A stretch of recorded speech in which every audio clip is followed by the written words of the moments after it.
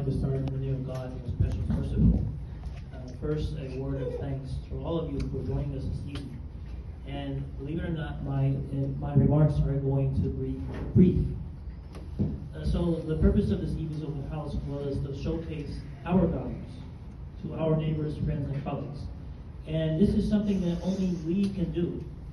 This is not only something that only we can do, but we're obligated to do so. After all, a campaign of misrepresentation has been waged against Islam and Muslims for decades, at least for decades, with political and religious agendas in mind. The presentations that we've just heard highlight that not only are Muslims a group of people who have similar interests to our neighbors, but most importantly, that the religion of Islam itself produces something called authentic guidance. It gives a foundation for morality, stability, spiritual strength, community, and intellectual growth. The Quran summarizes all of this in the following words.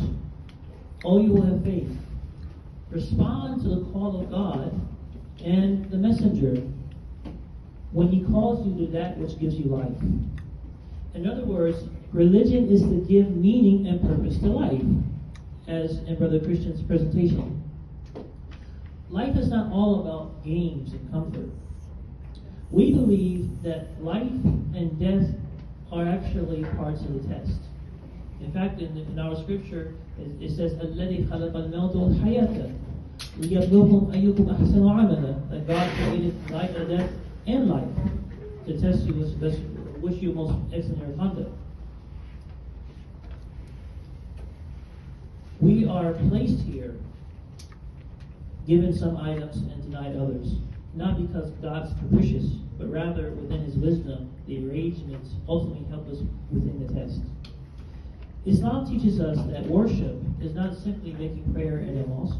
Rather, worship is manifested in a material world by growth, by passing those tests, by arranging one's own personal and collective energies to doing that which is beneficial in this world. Thus, the Prophet Muhammad, peace be upon him, and this reference was made yesterday in the Friday sermon. The Prophet Muhammad, peace be upon him, made the statement that if you see the world coming to an end and you're planting the tree, the Prophet says, continue to plant that tree.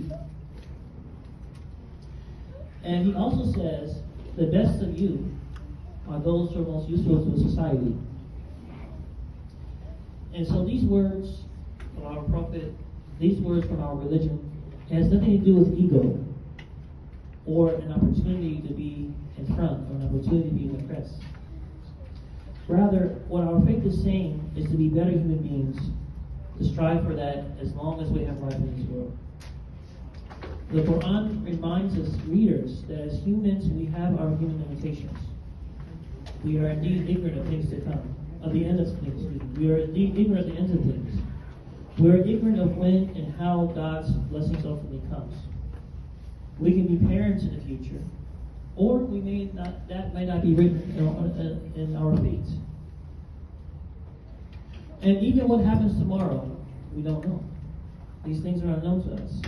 Thus, the best we can do is to live, and this is also a teaching of our Prophet, to live as if we won't be here tomorrow. To do the best we can and be conscious of those realities and act accordingly. It's not my intention to give much theology in these remarks, and I'm hoping that will happen in the Q&A session with the speakers. So cards are passed out. If anyone has questions for speakers, then you can write those questions out and they'll be read to the speakers.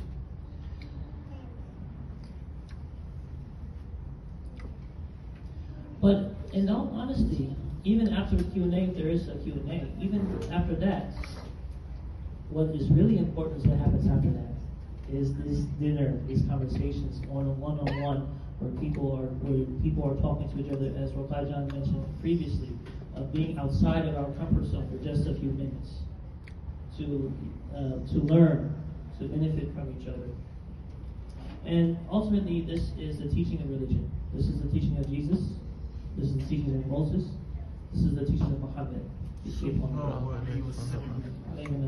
Peace be upon them all.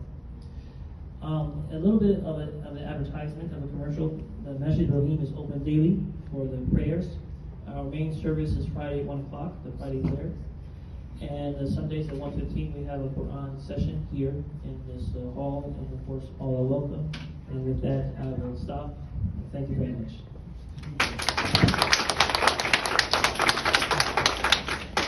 Thank you so much, Brother Shams. May Allah give you